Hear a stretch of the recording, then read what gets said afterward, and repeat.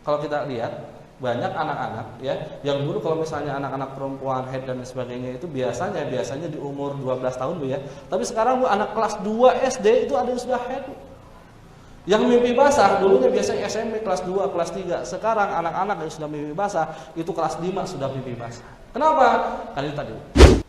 Ketika orang tua ya terlalu banyak memarahi anaknya, terutama anak-anak yang masih fase perkembangan otak, maka antara satu sinap dengan sinap yang lain, antara satu saraf dengan saraf yang lain, jaraknya renggang. Kalau jaraknya renggang, apa yang terjadi? Jangan pernah diusahakan, jangan pernah sekali-kali ibu di depan seorang anak itu menghardik atau memarahi ayah. Kalau marah-marahan nanti ibu, setelah anak-anak sudah tidur dan lain sebagainya. Karena kenapa?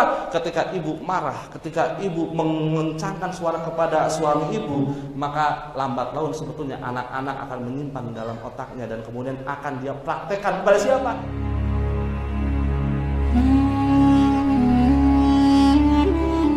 Alhamdulillah, wa man yudlilhu fala hadiya lahu. Asyhadu an la ilaha illallah wa asyhadu anna Muhammadan abduhu wa rasuluhu la nabiyya ba'dahu.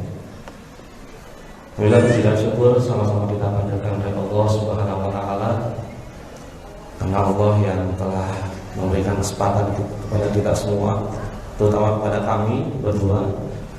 Saya Bapak Agus Nur dari Bandung. Saya mewakili dari Darul Hikam. Ada yang sudah tahu ibu-ibu Darul Hikam? Sekolah di kota Bandung ya. Dan saya juga ditemani dengan sahabat saya Pak Yuda juga bagian dari Darul Hikam. Ya insya Allah kita akan bersinergis di sini sama-sama ingin sharing ilmu Bu ya, sharing ilmu, diskusi segala hal yang mudah-mudahan kita bisa sharingkan. Salawat salam mudah-mudahan tercurah kepada junjungan kita Nabi besar Muhammad sallallahu alaihi wasallam. Ibu-ibu sekalian, sebelumnya saya akan ulangi. Assalamualaikum warahmatullahi wabarakatuh.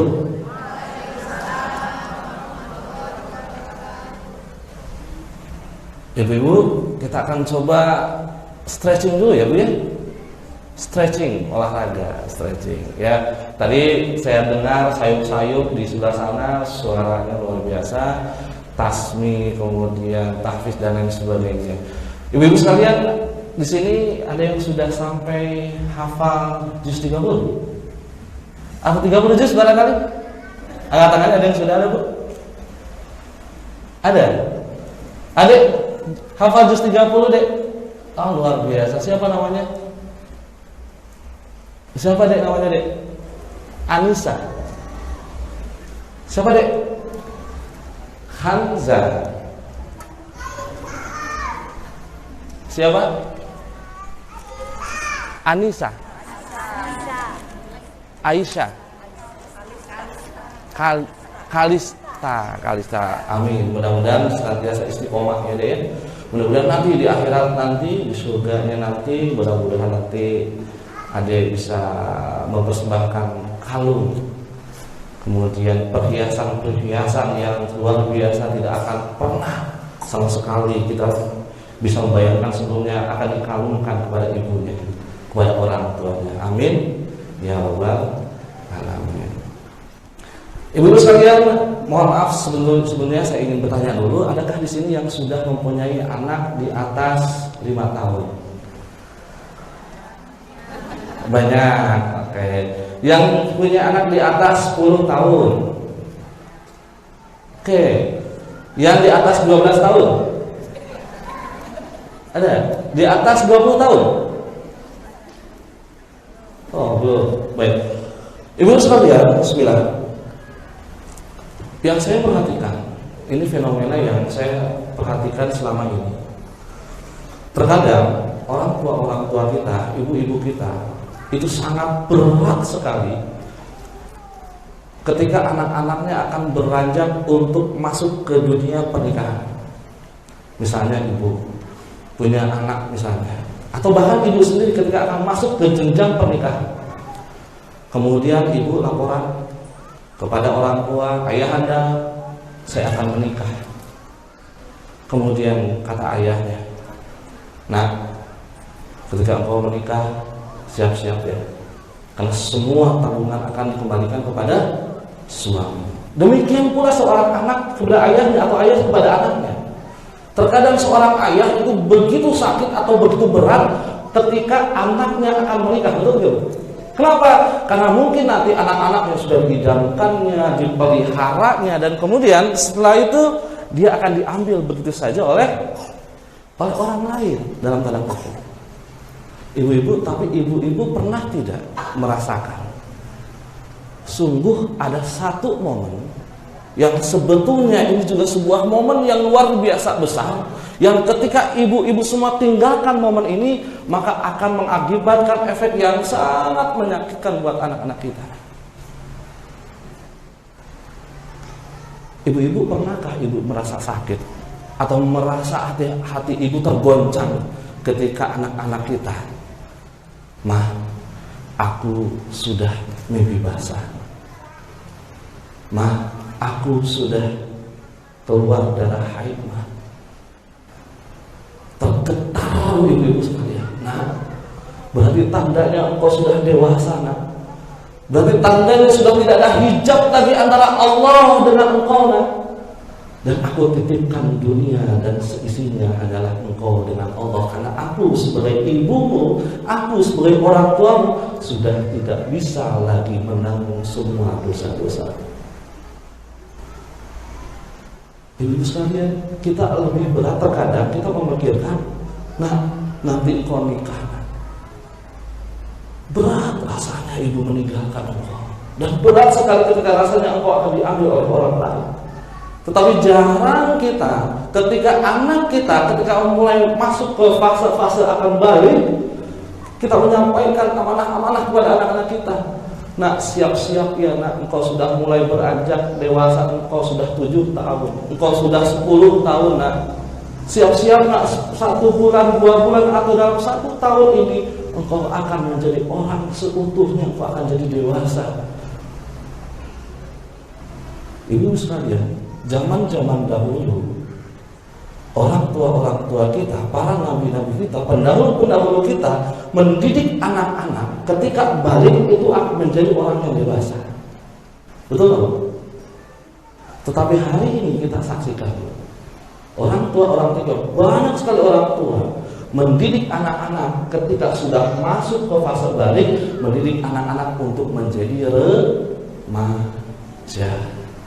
Silahkan nak, ketika engkau sudah balik berarti engkau boleh mengarungi dunia. Silahkan coba-coba.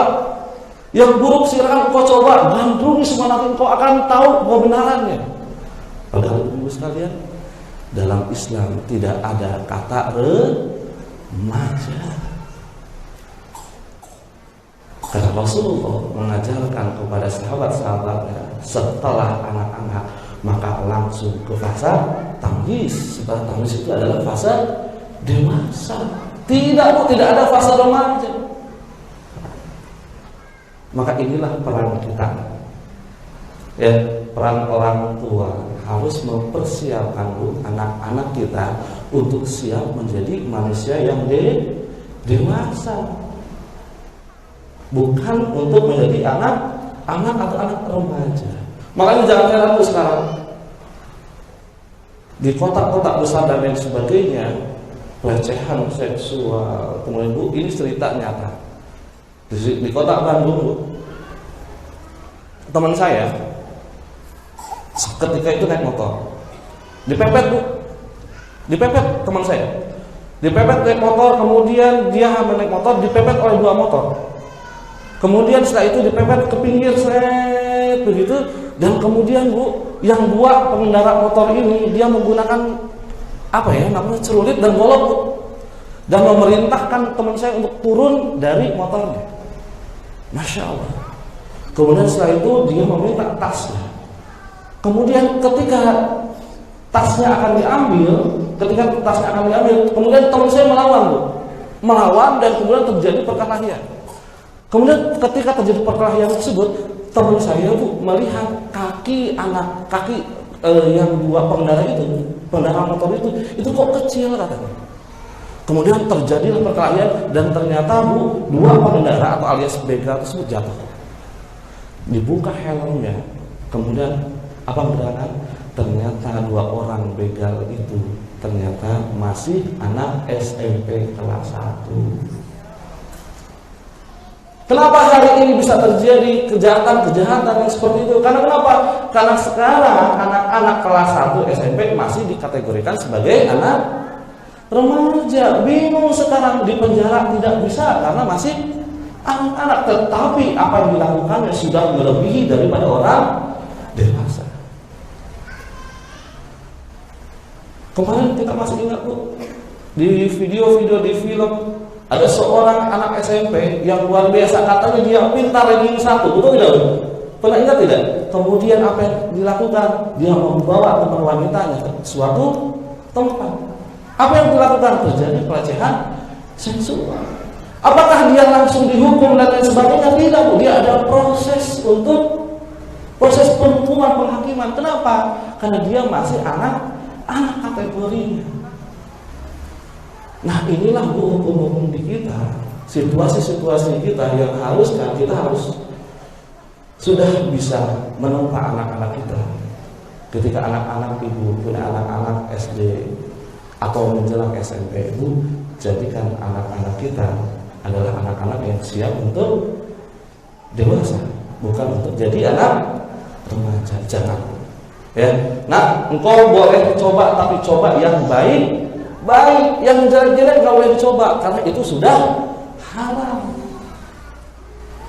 Karena Bu, pengalaman saya masih banyak ada orang tua yang memperbolehkan, ya misalnya, boleh nggak saya merokok? Silahkan, engkau sudah mulai beranjak besar.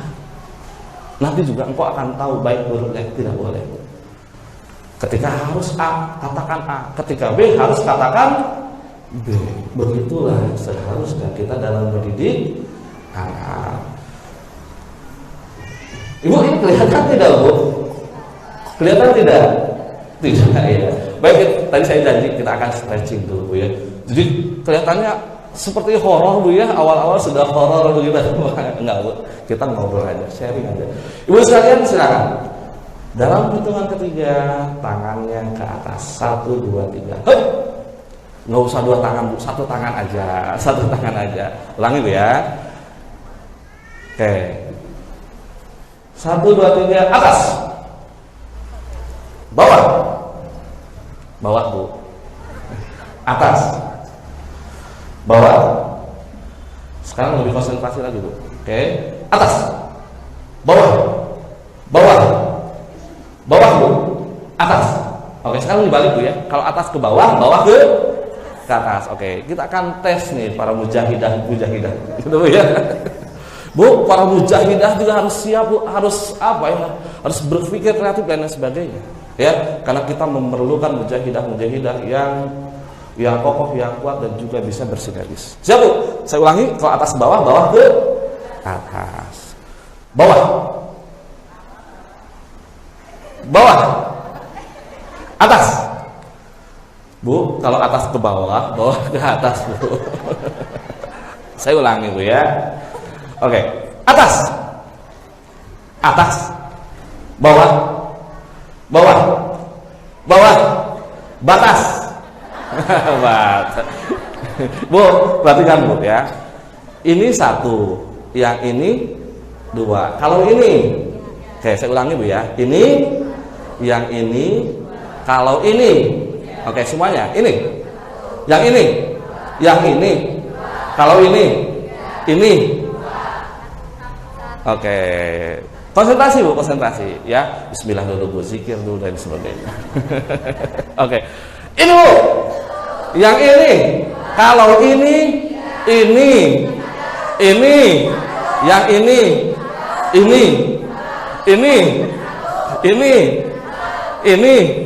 kalau ini, Wah, Bu, punten Bu. Punten itu kalau bahasa Sundanya itu artinya maaf Bu, bahasa Indonesianya. Ibu yang sebelah sana, ini, yang ini, kalau ini, Oke, ulangi Bu, ini, Yang ini. Yang ini. Kalau ini. Kalau ini. Kalau ini.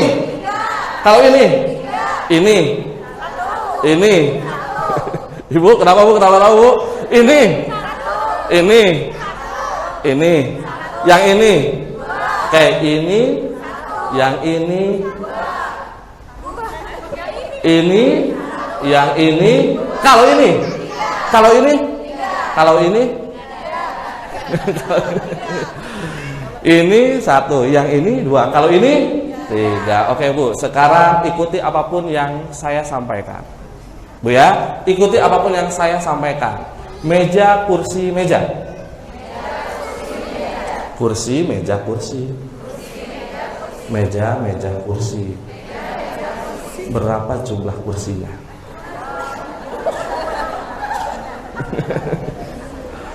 Ada berapa Bu? Oke, konsentrasi ya, Dihitung Bu, dihitung Bu. Oke, ulangi semuanya Bu, ya, agak keras sedikit Bu ya, nggak apa-apa. Kursi, kursi, meja. Meja, meja, kursi. Kursi, meja. Berapa jumlah mejanya Bu? Berapa Bu jumlah mejanya Bu? Berapa? Berapa Bu? 5. Kurang tepat Bu. Berapa Bu? Kurang tepat Bu, 2. 4 kurang tepat. Ibu konsentrasi. Ikuti apapun yang saya sampaikan. Ya, meja, meja, kursi. Kursi, kursi, meja. Meja, meja, meja, meja. Kursi, kursi, kursi, kursi. Meja, kursi. Berapa jumlah kursinya? Berapa jumlah kursinya? Bu, konsentrasi Bu. Nih, saya dari sini Bu ya. Pindah ke sini nih. Ya, ikuti apapun yang saya sampaikan. Ya, meja, meja, kursi. Kursi, kursi, meja. Meja, meja, meja, meja. Meja, kursi, kursi, kursi, kursi, kursi. Berapa jumlah kursinya? Ada berapa jumlah kursinya? Ada berapa Bu? Bu, ada berapa jumlah kursinya? Masya Allah. Bu, saya kan di sini. Pindah ke sini. Instruksinya ikuti apapun yang saya sampaikan. Ya, saya ulangi. Saya di sini. Pindah ke sini. Ikuti apapun yang saya sampaikan. Ya, meja, meja, kursi. Kursi, kursi, meja. Meja, meja, meja, meja. Kursi, meja, kursi. Berapa jumlah mejanya? Ada berapa jumlah kursinya? Ada berapa Bu? Jumlah kursinya berapa? Ada berapa jumlah mejanya? Bu, ada berapa jumlah kursinya? Udah ya? Tidak cukup Bu. Ada yang ngitung Bu, jumlah meja sambil pas meja. Sudah Bu ya? Oke. Bu, bisa konsentrasi lagi Bu. Jadi tadi kita sedikit ta'aruf dulu ya, ta'aruf. Biar apa? Biar enak Bu suasana hatinya ya. Biasanya kalau jeda dari satu aktivitas ke aktivitas lain harus ada stretching dulu. Biar apa? Biar suasana hatinya bisa kebangun. Bismillah Bu ya. Bismillahirrahmanirrahim. Ibu kebaca nggak Bu ini Bu?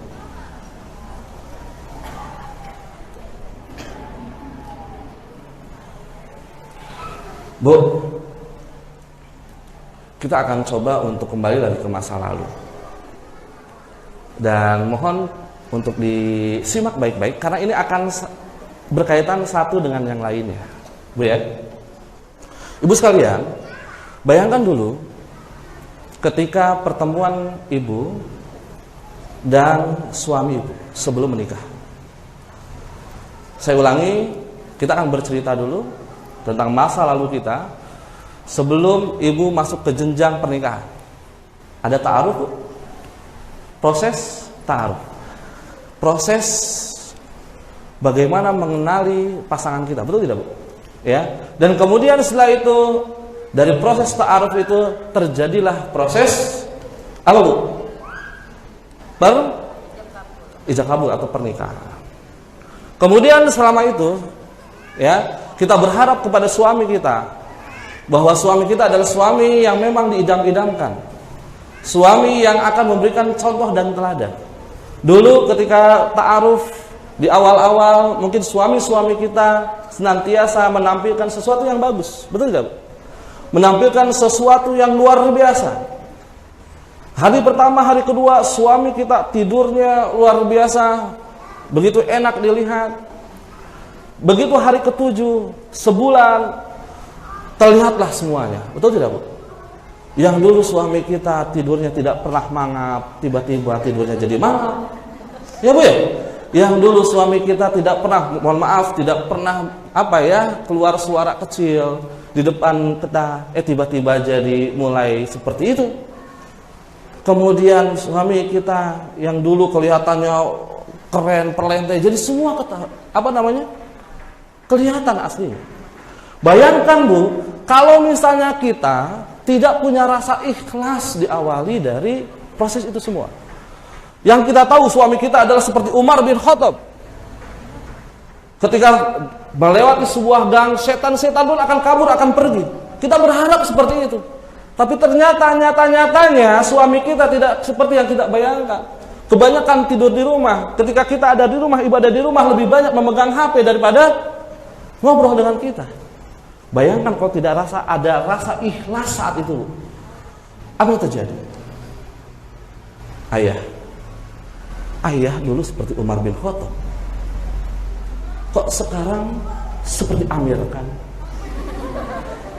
Bagaimana ya? Bu, kalau tidak ada rasa ikhlas, pasti ibu sudah ngedubel, marah-marah, betul tidak Bu? Pengennya apa? Pengennya marah-marah dan sebagainya. Tapi Bu, ikhlas juga harus disertai dengan rasa sabar. Ikhlas itu tidak mungkin, ya, ikhlas itu tidak akan mungkin konsisten tanpa ada rasa sabar. Sabar itu adalah hasil konsistensi dari sebuah keikhlasan. Hari ini ibu bisa bersabar. Mama, ayah hari ini hanya bawa uang segini. Nggak apa-apa ya. Mama bunda akan ikhlas menerima apa adanya. Besoknya datang lagi. Bunda, mama hanya bawa uang segini. Nggak apa-apa ya. Tapi besoknya hari ketiga, mama masih tetap nih, ayah masih mengeluarkan uang, memberikan uang segini kepada mama. Kemudian kata bunda bilang apa? Ayahnya kerja apa sih? Pergi pagi pulang malam tapi hanya duitnya segini. Itu tidak sabar, Bu. Yang namanya sabar, ibu mendapati sebuah ketimpangan, ibu mendapati sebuah ikhlas, kemudian sebuah rezeki dari A sampai Z harus sabar terus ikhlas. Jadi ikhlas itu, sabar itu adalah ikhlas yang istiqomah dari A sampai Z. Ketika ibu mendapati suami yang tidak sesuai dengan apa yang ibu bayangkan, ikhlas Bu, ya alhamdulillah Allah memberikan suami saya seperti ini, seperti apa adanya. Besoknya ketemu lagi suami kita celana, kemudian tidurnya ngorok dan lain sebagainya. Kesel ayah, tidur teh menikerek dan lain sebagainya. Tapi ibu ikhlas, insya Allah ikhlas. Besoknya ikhlas, ketemu lagi ikhlas. Itu kalau ibu terus seperti itu berarti itu adalah sabar. Ya Bu ya. Demikian halnya juga ketika kita berdoa setiap hari, ya Allah karuniakanlah saya seorang bayi laki-laki atau perempuan yang insya Allah akan meneruskan keturunan-keturunan kami. Kita terus berdoa Bu, ya Allah saya terima apapun ya Allah, saya ikhlas menerima apa adanya ya Allah. Tapi saya ya Allah, saya ingin diberikan amanah, saya ingin diberikan keturunan. Yang hari ini punya anak adalah buah dari keikhlasan dan kesabaran. Jadi Bapak Ibu sekalian, langkah pertama ibu ketika ingin mendidik anak-anaknya dengan soleh, ingin mempunyai anak yang soleh, yang harus dilakukan adalah ikhlas dan sabar. Anak saya hari ini SMP, kelakuannya susah sekali untuk Dibereskan, Bu. Hari ini mulai ikhlaskan dulu, Bu. Ikhlaskan, ya Allah, saya yakin ini semua adalah takdirmu. Ini semua adalah pemberianmu. Anak saya adalah pemberianmu. Dan saya akan melaksanakan apa kewajiban yang sudah Engkau berikan kepada aku. Buah dari keikhlasan, buahlah dari kesabaran. Tentunya Allah akan memberikan hadiah. Betul tidak? Buah dari kesabaran, keikhlasan ibu dalam menunggu anak-anak, dalam menunggu kelahiran sang buah hati, maka lahirnya sang buah hati. Betul tidak? Lahirlah sang buah hati ke dunia ini. Maka kita lihat. Jadi yang pertama harus ikhlas dan sabar. Bu, tapi ingat, ketika ibu sudah berdoa kepada Allah dengan ikhlas dan sabar, kemudian diawali dengan pertemuan antara laki-laki dan perempuan, itu pun harus ikhlas dan sabar, menerima apa yang diterima.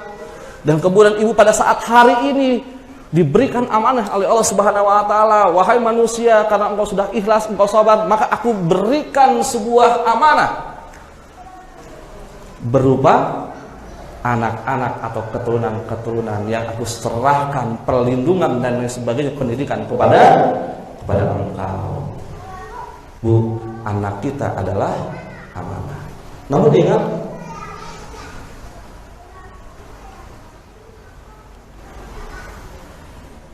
hati-hati kedudukan anak di dalam Al-Quran. Al-Quran menyebutkan bahwa anak selain amanah, anak juga adalah sebagai ujian. Beberapa bulan yang lalu kita masih melihat, Bu, ada seorang anak kemudian dilahirkan dari seorang laki-laki dan perempuan. Kemudian anaknya, mohon maaf, Bu, cacat, Bu. Cacat seluruh tubuhnya, tidak bisa ngapa-ngapain, tangannya tidak bisa ngapain, sekarang tinggal di luar negeri. Bu, anak itu ujian, Bu.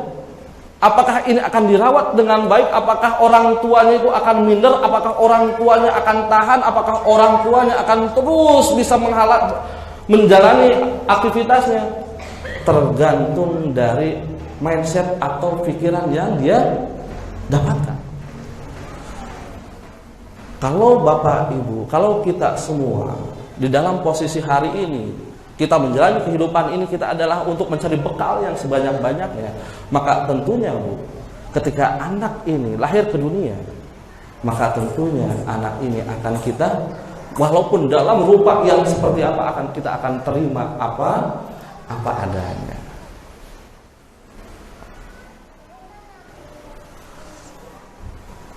Anak sebagai ujian. Nah, Bu, ujian itu biasanya berat atau susah, Bu? Susah. Ibu nanti suatu saat pasti akan ada suatu fase di mana anak-anak kita menginginkan sesuatu. Betul tidak, Bu? Ya, Bunda. Aku kan sudah SMP. Boleh, Pak? Boleh tidak aku beli motor? Bu, ujian itu, Bu. Ibu juga dilematis, Bu, ya. Kalau tidak diberikan motor, anaknya juga khawatir. Dia naik motor dengan temannya, justru tidak akan bisa kepantau. Ketika kita berikan motor, justru kita jadi khawatir. Khawatir dia terus main motor dan sebagainya. Ini ujian. Kemudian ada kalanya anak-anak kita tidak menurut kepada kita semua. Nah, ayo nak, sholat nak. Ayo bangun nak, bangun. Ah, Bu, nanti aja lah. Misalnya masih jam 4. Nah, ini sudah 4:30 nak, subuh bangun. Tenang, Bu, ini masih subuh. Ayo nak, sudah jam 6, baru jam 6 bangun, segala macam. Ini ujian, Bu. Apakah kita terus bisa istiqomah, terus bisa membangunkan anak-anak kita? Apakah kita langsung dengan neneknya, ya sudah nak, engkau lah sudah dewasa, udah gede lah, segala macam, sok urus aja diri kamu sendiri. Tidak bisa seperti itu, Bu. Anak kita adalah diri kita. Anak kita tidak sholat, maka sebetulnya tanggung jawab juga dalam proses pengendalian anak kita adalah tanggung jawab diri kita. Maka Bapak Ibu sekalian, Ibu-ibu sekalian, diharapkan nanti ketika anak-anak kita ketika tidur dibiasakan. Nah, besok bangun ya, tahajud kita sama-sama. Setelah itu kita subuh sama-sama.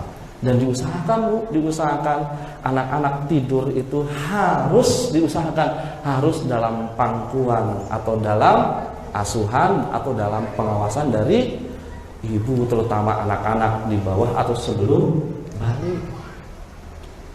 Cerita Bu, terbuka dengan anak kita, kemudian diakhiri ketika anak-anak sudah sayup-sayup, misalnya sudah akan mengantuk. Nah, jadi anak soleh ya, dibisikin di sebelah kanan kirinya. Nah, jadi anak soleh ya. Kalau ketemu sama orang-orang yang fakir miskin, jangan lupa bersedekah. Nah, diakhiri. Nah, besok bangun ya sholat subuh berjamaah.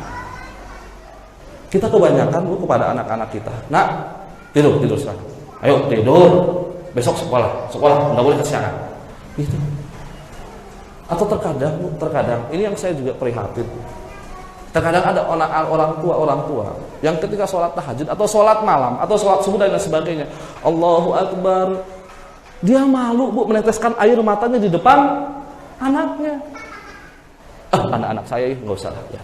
Padahal ibu itu momen yang sangat luar biasa untuk bisa menghubungkan antara orang tua dan anak. Maka ibu ketika sholat tidak apa-apa Bu, bukakan pintu atau di tengah-tengah rumah Bu, di depan anak-anak ibu, kemudian berdoa.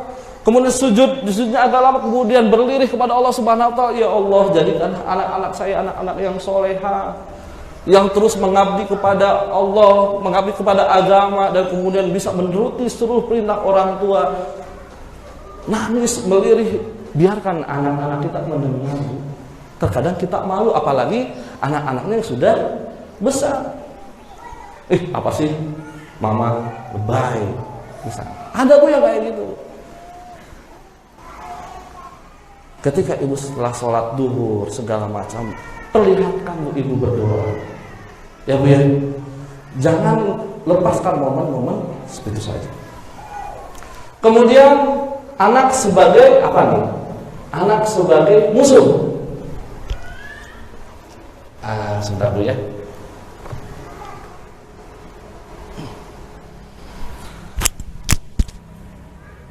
Kemudian di dalam Al-Quran juga Allah menyampaikan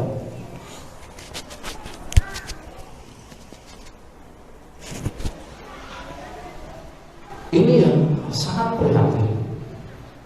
Anak sebagai musuh. Ada tidak Bu di dunia ini? Ada Bu.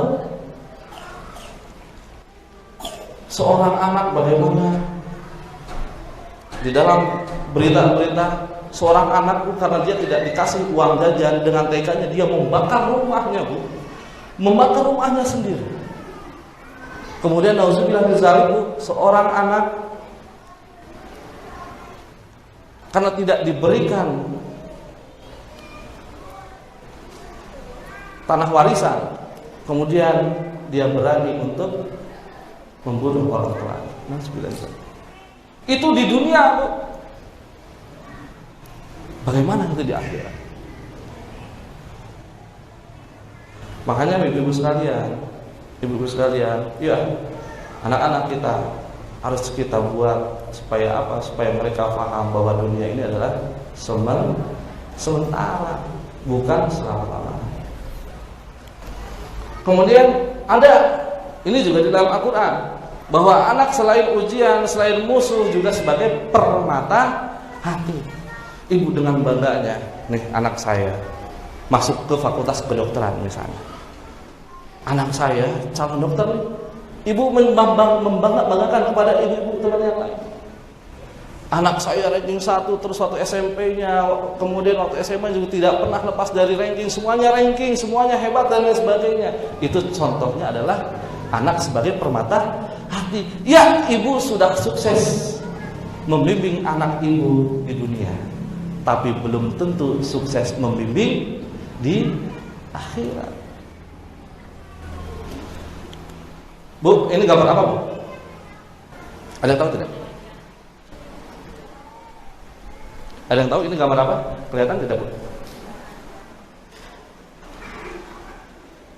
Ada kelihatan gambarnya Bu? Ada yang lihat ini gambar nenek-nenek tua? Kelihatan tidak? Nenek tua? Enggak? Oke. Kalau ada yang melihat di sini wanita cantik, angkat tangannya Bu, wanita cantik. Oke. Bu, kalau saya tunjukkan bahwa ini adalah sebetulnya juga nenek-nenek tua, Bu. Ya, ini hidungnya, ini bibirnya, Bu ya. Ini dagunya, kemudian ini rambutnya, ya Bu ya. Jadi sebetulnya ini bukan saja gambar perempuan cantik, tapi gambar wanita tua, Bu ya. Bu, perhatikan lagi. Ibu lihat apa di sini, Bu? Ada gambar apa aja, Bu, di sini, Bu?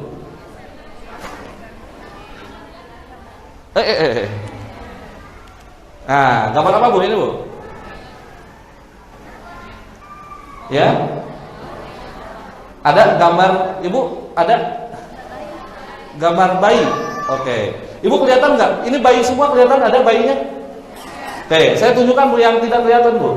Ini kepalanya, ini matanya, ini hidungnya, ini mulutnya, ini tangannya. Ada, Bu ya? Ini perutnya, ini kakinya. Ini kepalanya. Ada, Bu. Oke, Bu.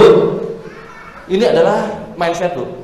Jadi apa yang kita lihat, apa yang kita rasakan, itulah apa yang kita masukkan ke dalam hati kita. Dan inilah yang akan dijadikan sebagai perilaku. Bu, mari kita geser sekarang. Geser paradigma kita, Bu. Ya, yang dulu anak kita, anak saya mah ada amanah. Ya sudah, karena amanah mah saya berjalankan aja dengan flow gitu. Kemudian anak adalah ujian, anak dari segala macam, atau anak permata hati. Bu, dari anak permata hati kita tinggikan lagi, Bu. Kita geser lagi ke yang lebih tinggi levelnya. Yaitu anak kita haruslah dijadikan sebagai investasi akhirat. Jangan mau hanya anak saya nanti saya harus bisa anak saya masuk ke fakultas kedokteran, ke perminyakan. Saya ingin anak saya kaya dan lain sebagainya. Ya, Bu, kalau misalnya soleh. Bayangkan kalau misalnya anak ibu kaya tapi tidak soleh. Apa yang terjadi? Mungkin bisa kiamat kecil dunia. Tapi kita geser paradigma kita bahwa anak saya harus bisa dijadikan sebagai investasi akhirat, di mana ketika kita kelimpungan meminta bantuan kepada Allah Subhanahu wa taala, kemudian Allah menanyakan, "Adakah orang-orang yang bisa mengangkatmu wahai orang tua supaya engkau bisa masuk ke dalam surga?" Kemudian kita bangga menyampaikan kepada Allah, "Ya Allah, anak saya adalah anak yang soleh." Kemudian Allah menanyakan kepada anak ibu, "Mana anakmu?" "Saya, ya Allah." Ya, dilihat kemudian catatan ibadahnya, bacaan Al-Qur'annya, kemudian saat itu juga silakan ibunda, ayahanda masuklah ke dalam surga. Karena kenapa? Karena kesolehan anak-anak kita. Jadikan anak-anak kita sebagai bekal kita supaya apa? Supaya kita bisa masuk ke dalam surga Allah. Karena kenapa? Karena hidup di dunia mah hanya sementara.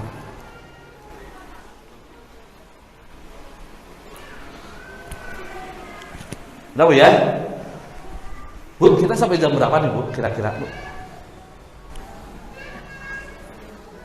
Sundur. Bu, kita lewat aja ya. Ini lewat aja. Nah, kita mendapatkan amanah, kemudian apa yang harus kita lakukan, Bu?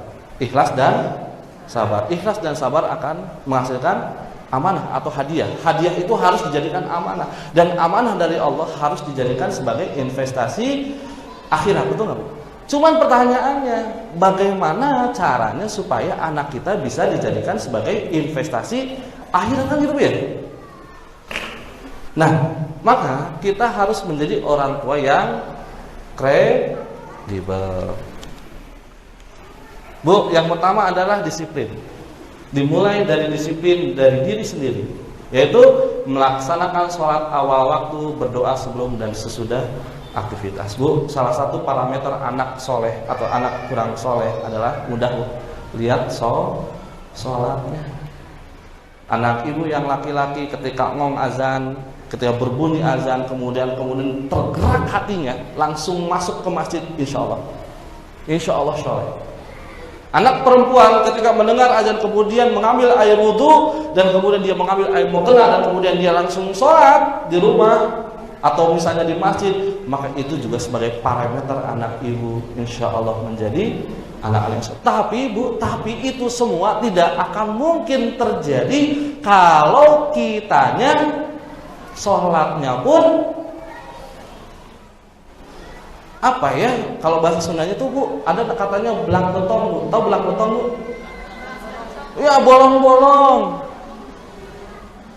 Jadi apapun Bu yang kita inginkan kepada anak kita sebetulnya harus dimulai dari diri kita. Diawali dari mana? Dari sholat. Dan Bu ingat, sholat itu bukan hanya melakukan gerak-gerak saja, tapi kita harus mendirikan sholat. Bu, ketika sholat seperti yang saya ungkapkan tadi, ajak anak-anak kita. Kalau bisa anak-anak yang masih kecil Bu, anak-anak misalnya masih TK, masih di bawah umur dan sebagainya, ajak si ayahnya Bu. Ya, ajak anak ayah tuh ke masjid, dibawa Bu. Walaupun subuh-subuh masih tidur segala macam, diais Bu, bawa ke masjid. Anak-anak kita ingin baik sholatnya, maka kitanya dulu harus baik sholatnya. Kemudian disiplin memberikan pengalaman yang terbaik. Ibu hati-hati Bu, dimanapun ibu berada, dimanapun ibu posisinya, di depan anak-anak ibu haruslah menjadi seorang malaikat. Paham Bu maksud saya? Demikian pula ayah. Ketika seorang ayah berada di hadapan anak, haruslah ibu senantiasa memberikan, mendorong, menghargai seorang ayah.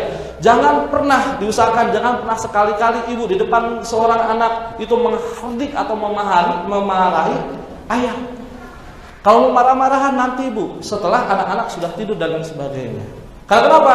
Ketika ibu marah, ketika ibu mengencangkan suara kepada suami ibu, maka lambat laun sebetulnya anak-anak akan menyimpan dalam otaknya dan kemudian akan dia praktekkan kepada siapa? Kepada ibu sendiri. Berarti kalau anak-anak ibu suka marah-marah ke ibu, pertanyakan, apakah ibu pernah marah-marah tidak kepada suami ibu? Kalau ibu pernah menyuruh sambil marah dan sebagainya kepada suami ibu, kemudian kok anak saya kok tiba-tiba suka menyuruh ya, kemudian mau ke sekolah, Bu tolong Pak ambilin sepatu saya, berarti ibu dulu pernah menyuruh oleh mengencangkan suara di depan suami. Karena kenapa? Karena suami bagaimanapun di keluarga adalah sebagai pemimpin, walaupun suami kita salah. Sekali lagi, walaupun suami kita salah, tapi di depan anak-anak suami kita tidak boleh disalahkan. Kenapa? Itu tadi saya sampaikan. Karena anak-anak sangat mudah untuk bisa mengikuti. Kemudian, ini tadi mau cerita Bu. Jadi gajah, sudah aja lah Ibu ya, kita buat aja. Bu, intinya begini. Ibu tahu gajah itu Bu, dia bisa berjalan. Dalam satu hari itu dia bisa berjalan sampai 15 km Bu sebetulnya. Nah kemudian Bu, ada sebetulnya cara supaya gajah itu tidak bisa berjalan. Caranya apa? Caranya gajah itu ada disuntik bius, kemudian diikat, dibawa ke pohon, kemudian diikat Bu dengan menggunakan tali dari rantai besi yang sangat kuat. Kemudian ditambatkan ke pohon. Dibiarkan saja selama 1 minggu Bu, dan kemudian dikasih makan. Nah kemudian gajah tersebut setelah 1 minggu rantai besinya dibuka, kemudian diganti dengan menggunakan tali rafia. Tadi rantai besi diganti dengan tali rafia. Apa yang terjadi Bu? Ternyata gajah itu dia tidak mau pergi kemana-mana. Jadi dia menganggap walaupun dia sudah tidak menggunakan rantai besi, tapi dia menganggap walaupun dia menggunakan hanya tali rafia, dia menganggap dia masih menggunakan tali rafia. Ya, masih terikat Bu. Nah, inilah sebetulnya sifat gajah yang sebetulnya mudah untuk kita lemahkan. Nah, ini juga Bu, hati-hati. Artinya apa? Artinya nih Bu, sebetulnya ya, manusia yang tadi sudah memberikan pengalaman yang buruk, sudah membuat benteng kepada si gajah tersebut supaya apa? Supaya gajah itu tidak bisa menggunakan potensinya dengan luar biasa, sehingga dia menganggap bahwa dia tidak bisa berjalan jauh. Kebayang nggak, Bu? Nah, Bu, hati-hati. Maksud saya, jangan pernah memberikan pengalaman-pengalaman negatif kepada anak-anak kita, terutama pengalaman-pengalaman ketika anak-anak kita dijanjikan sebuah hadiah. Contoh, dan ini kejadian nyata, Bu. Kejadian seorang psikolog itu ngobrol dengan saya. Dia anak perempuan, Bu. Dia anak perempuan. Kemudian ketika ulang tahunnya yang ke-10 tahun, kemudian dia akan dijanjikan oleh orang tuanya untuk diberikan sepeda. Nah, nanti ya, kalau ayah sudah gajian, nanti ayah akan memberikan sepeda untukmu. Oh iya, ya, alhamdulillah. Tunggu ya, nak. Akhirnya waktu yang ditunggu-tunggu sudah tiba, Bu. Dan kemudian apa yang terjadi? Seharusnya dia sudah dapat uang gaji, dia akan membeli sepeda di tukang sepeda, dan kemudian dia ketemu sama temannya, Bu. Teman SMA-nya. Dan kemudian ketika dia ngobrol, ternyata teman SMA-nya dia meminjam uang kepada ayah si perempuan tersebut.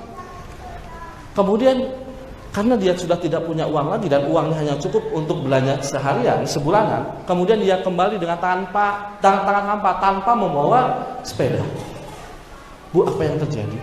Orang tua tersebut dia sudah menjanjikan jauh-jauh hari kepada anaknya, kemudian sampai ke rumah dan kemudian ke anaknya dia bilang, "Nah, maaf ya, ayah tidak bisa memberikan sepeda." Bu, apa yang terjadi?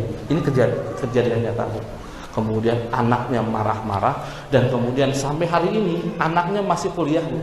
Dan kemudian dia menyampaikan kepada psikolog, dan dia masih terapi. Dia menyampaikan ke psikolog, "Saya hari ini tidak akan pernah menikah dengan laki-laki." Kenapa? Karena laki-laki semuanya pembohong.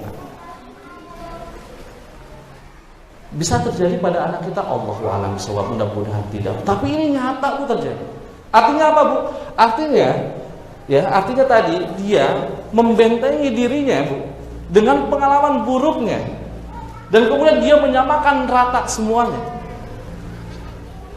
Dan Bu, ternyata penyakit ini, kondisi ini ternyata juga sudah ada, Bu, sudah terjadi banyak di beberapa tempat. Nah, artinya apa, Bu? Hati-hati, Bu. Atau misalnya ibu nanti tolong sampaikan kepada ayah, jangan mudah untuk menjanjikan sesuatu. Ya, nanti kalau misalnya kamu ulang tahun, aku akan belikan misalnya mainan Barbie dan lain sebagainya. Tunggu ya, nah insya Allah. Bu, ketika insya Allah, Bu, hujamkan dalam hati bahwa ibu atau ayah pasti akan membeli, kecuali ada sesuatu yang sangat urgent. Karena ingat, Bu, anak-anak zaman sekarang berbeda dengan zaman dulu. Anak zaman sekarang itu sifatnya neretek. Dia harus, Bu. Kalau misalnya, ya saya minta segala macam. Dulu mah takut, sekarang, Bu, dulu nih ya, kopiah di depan meja dan anak-anak lagi tahfiz dan segala macam. Anak-anak itu takut, nggak ada yang mau keluar. Ketika gurunya ada di luar. Sekarang, Bu, kopiah sudah disimpan, tas sudah disimpan, laptop sudah disimpan di depan, masih aja anak-anak keluar masuk. Bahkan orangnya ada di depan saja gitu, Bu, ya. Itu anak-anak berani keluar masuk, lari segala macam. Karena kenapa?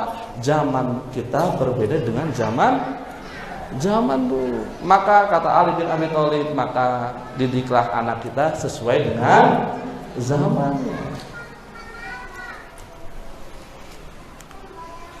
Kemudian, nah, Bu, tadi apa, Bu? Ikhlas, sabar. Ikhlas dan sabar, insya Allah akan memberikan amanah atau hadiah.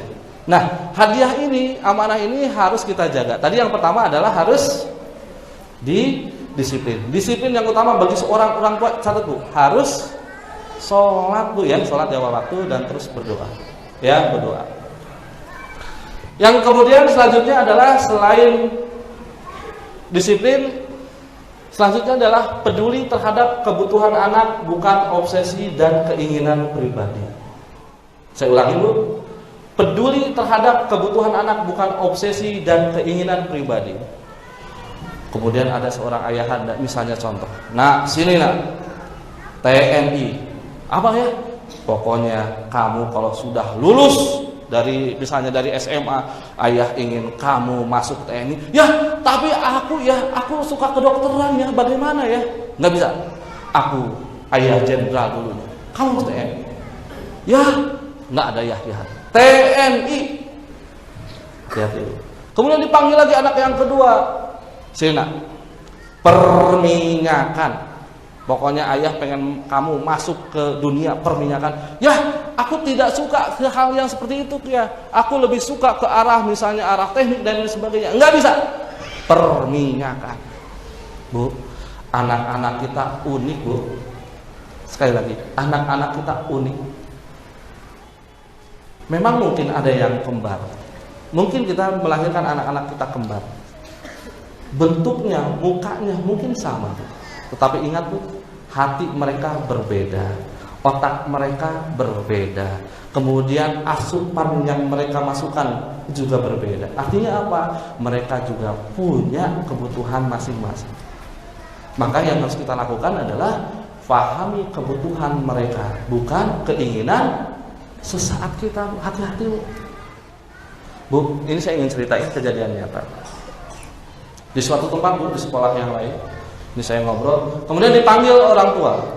Kenapa? Karena anaknya, Bu, di sekolah tersebut dia selalu melakukan kesalahan. Dia SMA, Bu. Nah, kenapa kamu suka melakukan kesalahan, pelanggaran dan sebagainya? Ya, ada saya orangnya begini. Kemudian suatu hari dia harus dikeluarkan dari sekolah tersebut. Tapi sebelum dikeluarkan dari sekolah tersebut, biasanya sekolah akan memanggil orang tuanya. Betul nggak, Bu? Dipanggillah orang tua. Kemudian apa yang terjadi, Bu? Orang tuanya cerita sambil meneteskan air mata, Bu. Nah, Ibu, apa yang sudah Ibu lakukan kesalahan kepadamu? Ibu, waktu Ibu engkau SMA, katanya, dia bilang seperti itu. Ibu SMA, engkau beranjak ke SMA, Ibu keluar dari kerjaan Ibu untuk apa? Hanya untuk apa? Untuk mengasuh kamu, mendidik kamu. Tapi balasannya apa? Kemudian sontak, Bu, anak tersebut berkata kepada ibunya, Bu, saya tidak butuh ibu yang sekarang. Saya ulangi, saya tidak butuh ibu yang sekarang. Ibu waktu SD, saya waktu SD, kata anak, waktu saya SMP, ibu kemana saja. Justru saya butuh pemantauan, butuh didikan ayah ibu ketika saya SD. Sekarang, Bu, itu sudah tidak berguna. Saya sudah seperti ini. Karena kenapa?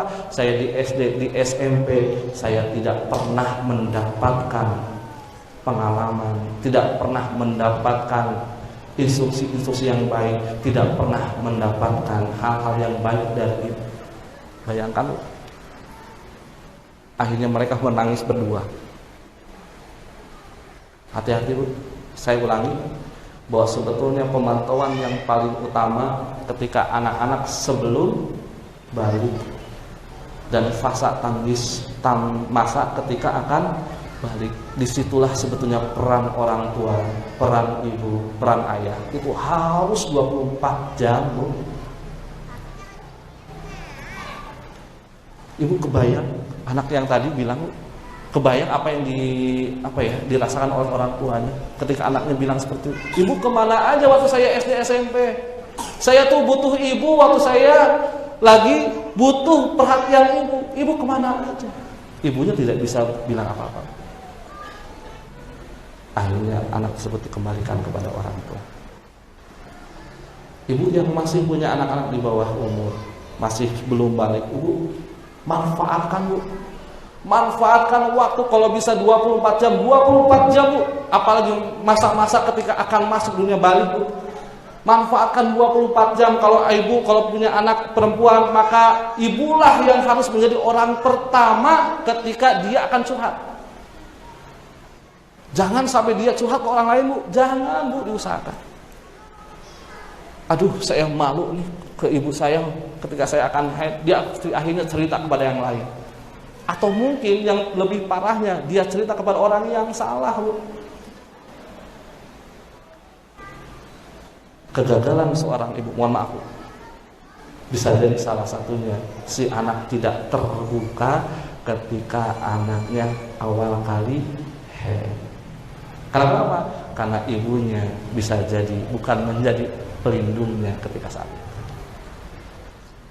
Sama ketika ibu punya anak laki-laki, maka seorang ayahlah yang harus pertama kali untuk bisa tahu, dan si anak tersebut harus curhat pertama kali ke siapa bu?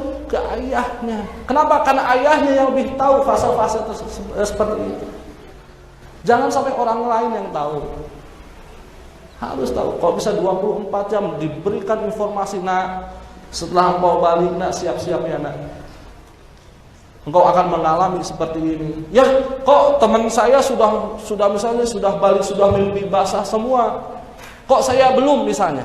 Seorang ayah harus bisa menjelaskan. Nah, balik itu contohnya, ciri-cirinya bukan hanya dari mimpi basah saja.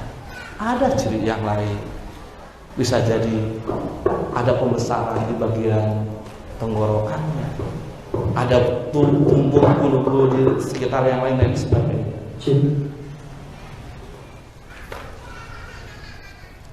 Begitu ya, ya.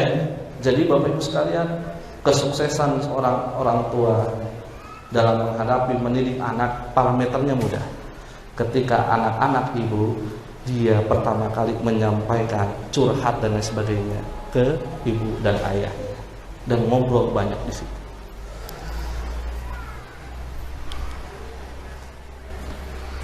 Nah, Bapak Ibu, Ibu sekalian, ini kecenderungan orang tua dalam mendidik anak. Yang pertama adalah task oriented atau perintah oriented atau test oriented atau tugas melulu, begitu. Kecenderungannya untuk selalu memberikan tugas atau perintah. Yang kedua, kecenderungan orang tua dalam mendidik anak adalah social oriented. Jadi kecenderungannya adalah berupa hal-hal yang indah-indah, sosial, kasih hadiah dan lain sebagainya. Mari kita lihat Bu. Jadi kecenderungan orang tua dalam mendidik anak itu ada dua Bu. Ya, yang pertama kecenderungannya adalah biasanya dua antara satu ini dia akan memilih. Maka ketika ini coba kita akan kawinkan, ya, berarti kalau ini social oriented, berarti ini positif Bu ya. Berarti ini negatif nih. Yang ini negatif. Jadi ini tugasnya tidak ada penugasan yang sebelah kiri. Ya, yang sebelah kanan itu adalah tugas terus. Maka kita lihat dulu. Ya. Bagaimana kalau misalnya, perhatikan, di dalam keluarga, ya, di dalam keluarga tidak ada penugasan dan tidak ada rasa sosialnya. Apa yang terjadi? Maka dia akan bebas sebebas-bebasnya. Dewasa belum pada waktunya. Ibu kerja, ayah kerja, di rumah hanya ada pembantu, tidak ada aturan, tidak ada aturan main. Semuanya boleh, semuanya fasilitas difasilitasi. Apa yang terjadi? Lu hati-hati. Ya, dia kecenderungannya pasti nonton TV. Kalau sudah nonton TV, apa yang terjadi? Dia akan melihat fenomena alam, melihat yang pacaran segala macam. Dia akan mengajak banyak teman dan sebagainya. Akhirnya apa? Akhirnya dia akan dewasa sebelum masanya. Maka jangan heran hari ini kalau kita lihat banyak anak-anak ya yang dulu kalau misalnya anak-anak perempuan head dan sebagainya itu biasanya di umur 12 tahun Bu ya. Tapi sekarang Bu, anak kelas 2 SD itu ada yang sudah head. Yang mimpi basah dulunya biasanya SMP kelas 2, kelas 3. Sekarang anak-anak yang sudah mimpi basah itu kelas 5 sudah mimpi basah. Kenapa? Karena itu tadi. Kebanyakan anak-anak hari ini apalagi di kota-kota besar dibebaskan begitu saja oleh orang tuanya, fasilitas ada dan sebagainya. Dia dengan mudahnya mengakses internet, mengakses YouTube, mengakses gadget dan lain sebagainya. Ini yang berbahaya kalau tanpa ada pengawasan. Ya Bu ya. Yang kedua,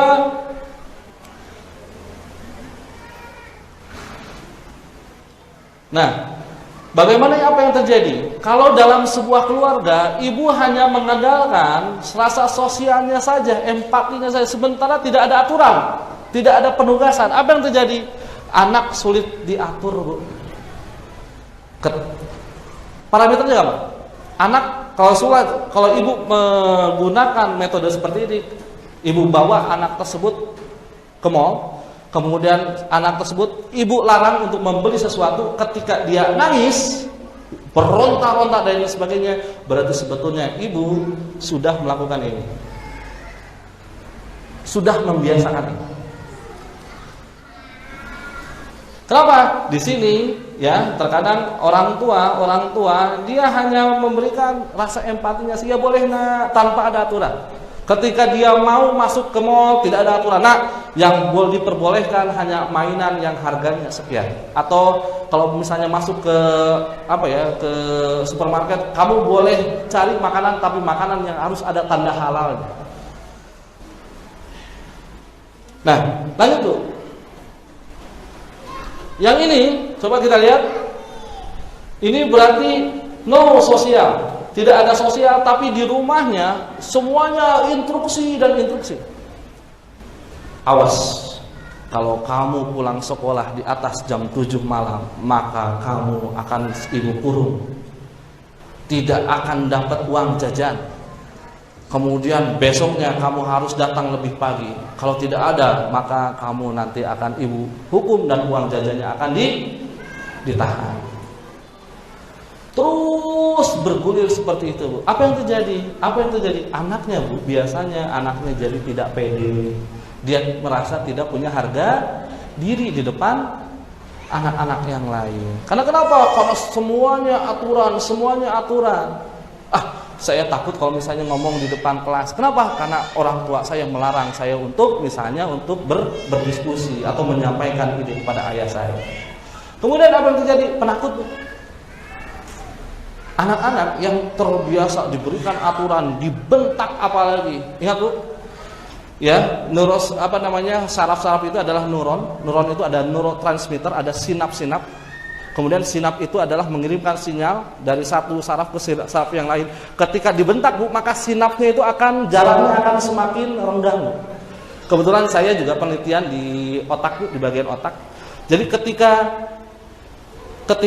orang tua ya terlalu banyak memarahi anaknya, terutama anak-anak yang masih fase perkembangan otak, maka antara satu sinap dengan sinap yang lain, antara satu saraf dengan saraf yang lain, jaraknya renggang.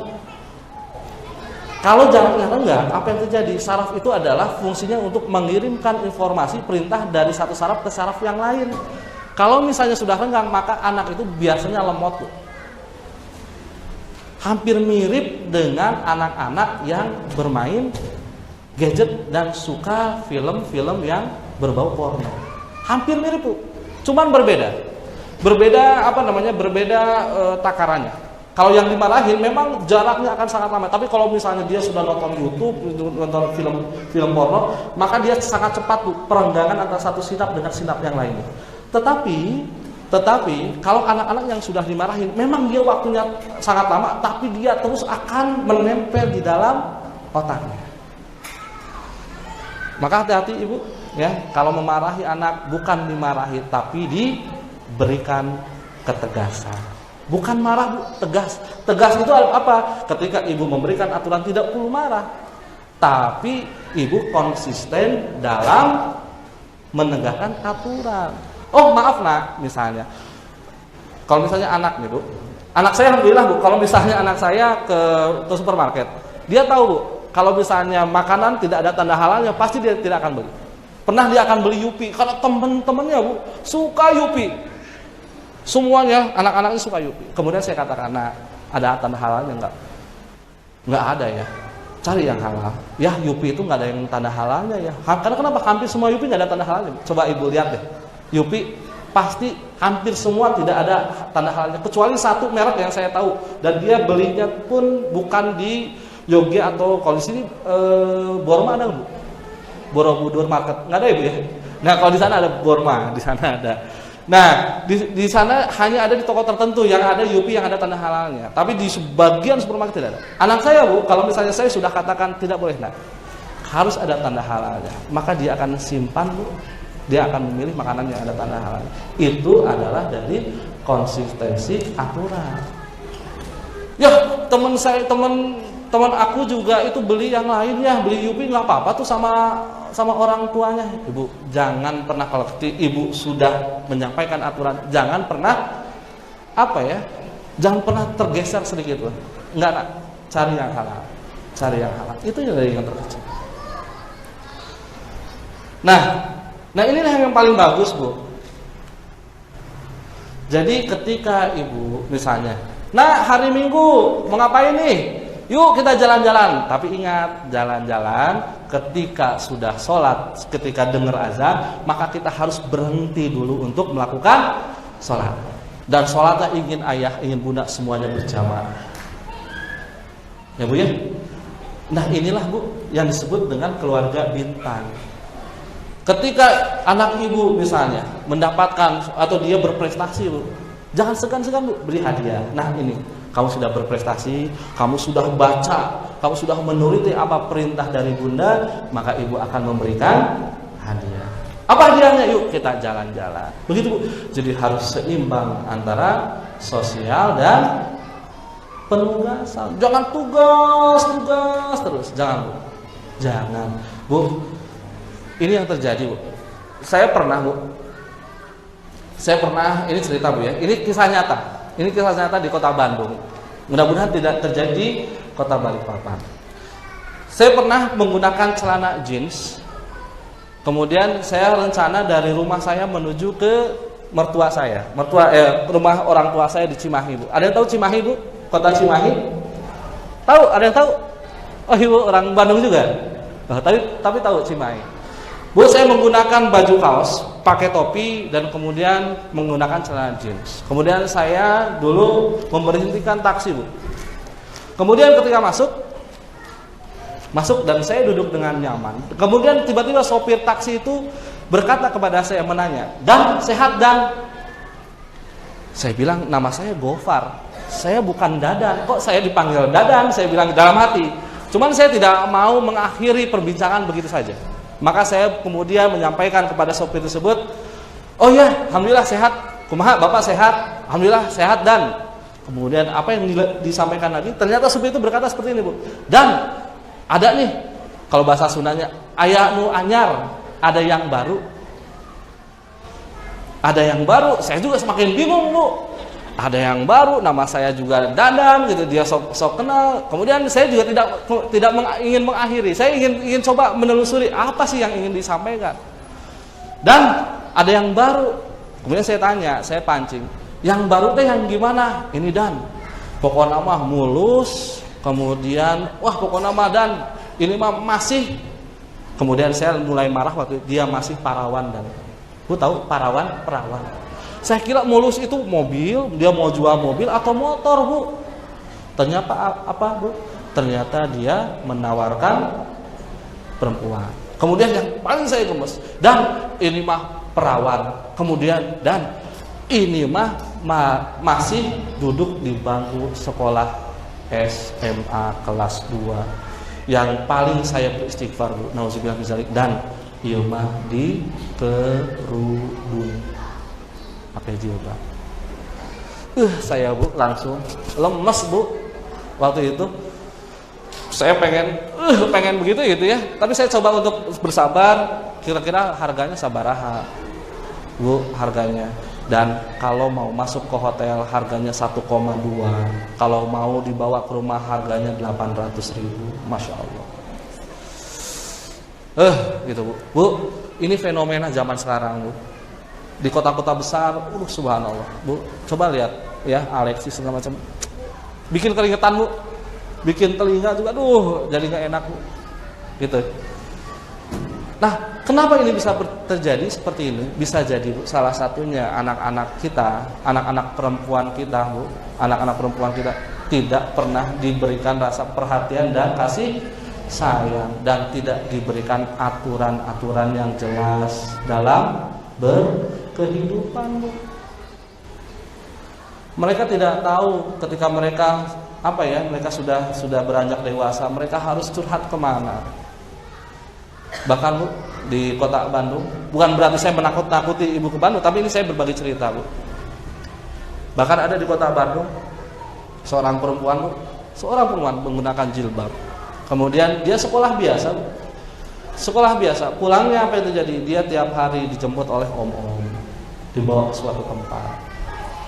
Nauzubillah min dzalik. Makanya ibu, yuk kita perkuat diri kita, perkuat ibu-ibu semua, kemudian akidah kita harus diperkuat, Bu. Jadikan putra putri kita itu ada sebagai bekal-bekal kita, Bu. Karena sesungguhnya kita mah di sini hanya untuk mengumpulkan bekal, betul nggak, Bu? Ya, dan bekal kita itu nanti akan dibuka kapan? Nanti di akhirat. Anak-anak kita jadikan bekal kita, jadikan alat-alat buat apa? Buat kita supaya kita lebih mencintai Allah. Itu, Bu. Jadi mulai, Bu, ketika sholat, ya Allah, ngapain saya sholat misalnya? Itu yang termudah, Bu. Luruskan hati kita, Bu. Ya Allah, saya sholat hanya untukmu, ya Allah. Kemudian ketika ibu datang anak, ngapain ya saya harus misalnya ngasih makan anak, kemudian harus senyum di anak segala macam. Bu, ketika ibu mendapati hal-hal seperti ini, kemudian langsung, Bu, sambungkan ke Allah. Oh ya Allah, dan ini mah anak juga punya Allah. Jadikan anak-anak ibu sebagai alat supaya ibu kita semua lebih dekat kepada Allah. Kalau niatnya sudah seperti itu, Bu, pasti, Bu, insya Allah tidak akan ada hal-hal seperti itu. Betul, ibu punya cita-cita, ya Allah saya mah ingin anak-anak kita masuk ke punya kerjaan yang bagus. Ya, Bu, tapi itu nanti, Bu. Tapi yang lebih utama adalah ya Allah, jadikanlah dengan anak saya hadir di muka bumi sebagai jalan jembatan saya untuk lebih apa? Lebih cinta kepada Allah. Ingat, Bu, Allah tidak akan pernah tertukar. Ketika ibu sudah hatinya sudah lapang, niat dan tulus, anak-anak ibu juga pasti akan niat lapang dan lain sebagainya. Yakin ya? Saya ingat, Bu, Agim, Bu. Ibu tahu Agim? Tahu ya, Bu ya? Bu, Agim itu anaknya yang nomor 1, 2, 3 namanya Gazi, namanya yang Hafiz itu, Bu, yang nikah sama Hafiz, Gevira, di atasnya Gevira, jadi anak yang keempat kalau nggak salah. Itu saya pengajar di Dauri Kamu, anaknya Agim itu diajar oleh saya waktu itu, Bu. Kemudian saya masih ingat, Bu, anaknya Agim itu masih pacaran, Bu, waktu di SMP. Kita sudah ingatkan, nak jangan pacaran, nak, nggak boleh pacaran. Di SMP kita nggak boleh pacaran, susah, Bu.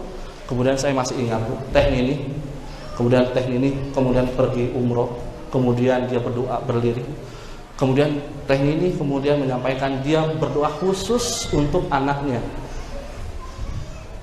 Ya Allah, jadikanlah anak saya anak yang hafiz Quran, anak yang bisa mencerminkan siapa orang tuanya. Bu, nyata-nyata, Bu, sekarang anak beliau yang dulu saya asuh, dulu dia pacar, sekarang langsung berubah, Bu. Kemarin beliau 2 tahun yang lalu dia menikah dengan seorang hafiz Quran namanya Kang Asep. Dan dia juga namanya Gazi ya kalau tidak salah. Dan dia juga sekarang hafiz Quran. Artinya apa? Ketika ibu, kemudian saya tanyakan kepada beliau, apa sih resepnya? Resepnya adalah yang penting sebetulnya saya tidak pernah menginginkan anak saya untuk menjadi anak-anak yang pinter, anak-anak yang bisa hebat di dunia, enggak. Tapi justru saya ingin menginginkan anak-anak saya, anak-anak yang cinta kepada Allah. Toh itu saja, Bu. Nanti keberkahan dunia terus akan mengalir.